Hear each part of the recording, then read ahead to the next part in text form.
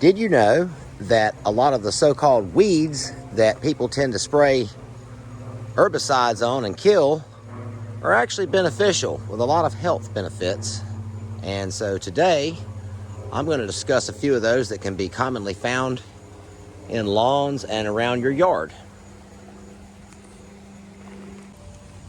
So the first one is called Florida Betony. And this is what the leaves look like. It's kind of similar to the leaves on mint. That's because it is a member of the mint family. And I have dug one up here just to show you. Right there. And then you see the tuber that is attached. Now, if you've ever dug anywhere in your yard, I'm sure you have found these. Well, this is actually edible. It's got a taste that's kind of like a cross between a potato and a radish. So let me tell you about this. It's the most prized edible part of the plant. It's crunchy with a mild nutty radish-like flavor. Best harvested in the cool season. Medicinal benefits of this: nervous system support. It's been used to relieve anxiety, stress, and tension. It's believed to have a calming effect and can be consumed as a tea. It's a digestive aid. It's relief for headaches. It's antimicrobial and anti-inflammatory. Some studies in animal and lab settings have suggested the plant may have these properties, but more research is needed, of course. May also have anti-cancer properties. Florida betony is related to wood betony and other types of betony. In European countries, some types of betony are actually a delicacy, and it's high dollar stuff. So anyway, one more time, looking at the leaves here and the edible tuber. So there's one right there, Florida betony.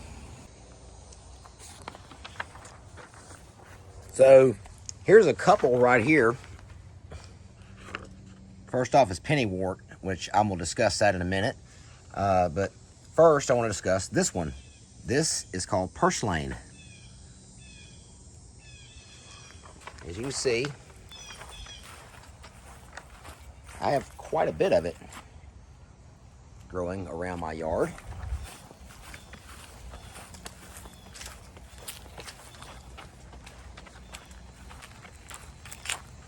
There's some more there. There's some more there. So, let me tell you about purslane.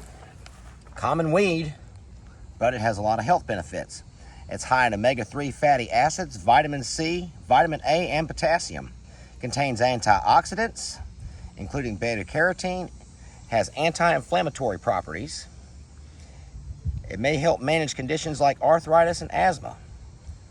The omega-3 fatty acids and potassium help lower blood pressure and reduce the risk of heart disease. It's good for bone health because it's rich in calcium and magnesium. It's good for digestive health because it's high in fiber, which promotes regular bowel movements and aids digestion. Antioxidant protection.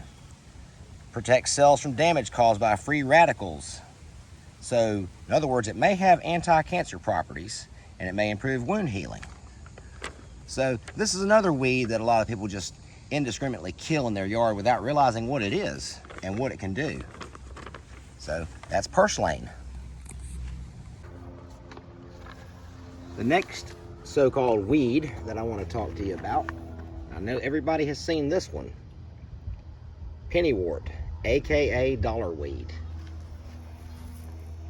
can see I have a lot of it in my yard because I don't care for an artificial, pretty green manicured yard. I like to leave it natural, not kill the bugs, not kill the birds, not kill the creek out there. So let me talk to you about pennywort. First off, cognitive function. Studies suggest that pennywort may improve cognitive function and memory, potentially due to its antioxidant and anti-inflammatory properties. It's good for wound healing. It's traditionally been used to promote wound healing. It contains a lot of different compounds which stimulate collagen production and encourage skin regeneration. Skin health. Popular ingredient in skincare products due to its ability to reduce inflammation, improve skin elasticity, and protect against free radical damage. May also help with acne and eczema. It's good for circulation, particularly in the legs. This may be beneficial for people with varicose veins or other circulatory disorders. It has antioxidant and anti-inflammatory effects. Protects the body from oxidative stress and inflammation. It may reduce the risk of chronic diseases such as heart disease and cancer. It may have adaptogenic properties, meaning it helps the body cope with stress. Also helps with digestion. And one thing I want to say about pennywort is just how badass it is, because it grows out there in the sand dunes on the beach. Let me tell you, anything that can grow in that arid salt environment and survive, it's a pretty badass plant. So that's pennywort, aka dollarweed. So right back to the same area where I dug up that Florida betony to show you is another one. A lot of people call this clover, but the correct name is wood sorrel. Now, depending on the exact species of it, the flowers may be purple or they may be yellow. The purple is a little more common. They can also have white or pink flowers. Regardless though, it's a nutritious plant known for its high levels of vitamins and antioxidants, but you have to consume it in moderation due to its oxalic acid content. Calcium oxalate crystals can kind of mess with your kidneys and stuff if you're not careful, if you take too much of it. So it's traditionally used for medicinal purposes, but consuming large quantities can seriously mess up your health. However, the benefits of wood sorrel are: it's rich in vitamin C and A. A single cup of raw sorrel can provide over 70% of the daily value for vitamin C and 30% for vitamin A. C is good for immune function, while vitamin A is good for your skin and your vision. High in antioxidants. Wood sorrel contains beneficial antioxidant compounds like flavonoids that neutralize free radicals, which protect cells from damage. In other words, may have anti-cancer properties. It's a good source of minerals. The plant provides essential minerals including magnesium, manganese, iron, and potassium, which support heart health, circulation, and metabolism. It's a source of dietary fiber. The fiber content in wood sorrel aids in digestion, promotes a feeling of fullness, and stabilizes blood sugar levels. It's low in calories. Traditional uses: it's been used by various cultures for therapeutic properties. Native Americans use it to treat fevers and scurvy, which is a vitamin C deficiency, and as I said, this has vitamin C in it, and urinary tract infections. Modern medicine is still researching these effects, and the high oxalic acid content means it's not really recommended, as a medicinal remedy. But I've also heard of using oleander to kill cancer, but that has to be done in a clinical setting because there's a real fine line between killing the cancer and killing the patient. So yeah, I'm sure you probably could use something like oleander as an anti-cancer drug, but it would have to be in a clinical setting where you could do regular blood work and stay within that threshold of not killing your patient. Anyway though, that's wood sorrel. This time of year doesn't have flowers on it. In the spring, early summer, you will see either yellow or purple flowers on this. And like I said, right next to some Florida betony. Now the last one I want to talk about is dandelion.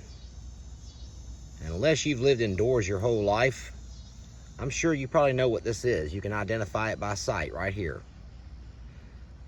Dandelion. It's high in vitamins.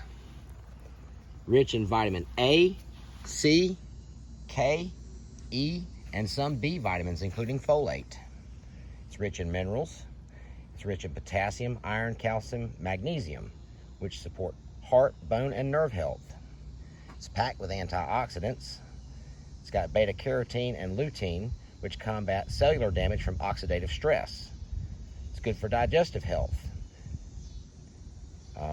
Dandelion root helps regulate blood sugar, lowers cholesterol, promotes healthy gut bacteria. It supports the liver and gallbladder. It's been used in traditional herbalism to promote liver health, increase bile production, help with gallbladder issues. Acts as a natural diuretic. Increases urine output, which I don't need that, but for people that do, it helps to flush excess salt and water from the kidneys. The plant's naturally occurring potassium helps prevent the loss of this mineral. It helps manage blood pressure. It's a good source of potassium, which obviously lowers high blood pressure. It lowers cholesterol. Some studies have found that dandelion may reduce total cholesterol, triglycerides, and LDL. It reduces inflammation. It contains anti-inflammatory compounds that reduce pain and swelling throughout the body. It promotes skin health, protects the skin from sun damage, reduces irritation, and increases collagen production. It may regulate blood sugar levels and improve insulin resistance. And, most important, may have anti-cancer properties. They've done a lot of research on this and explored its anti-cancer effects, particularly against the liver, pancreatic, and breast cancer cells. And I've read a lot on this stuff, and says that dandelion root extract in the correct dosage actually will kill cancer within 72 hours. But guess what? The bottle of Roundup, what is the picture of the weed that they have on there? It's almost like Big Pharma and Big Agra are in collusion with each other, just trying to wipe out everything that we could use to make ourselves healthier. So with that being said, you might want to think about that before you start spraying any more of this Roundup and all this herbicide and crap that's just killing you, your pets, beneficial insects and birds, and generally the overall environment. So that is Backyard Medicine 101. There's 5 different things right there that you can find in your own backyard that may have anti-cancer properties, and at the very least are beneficial for a lot of other things.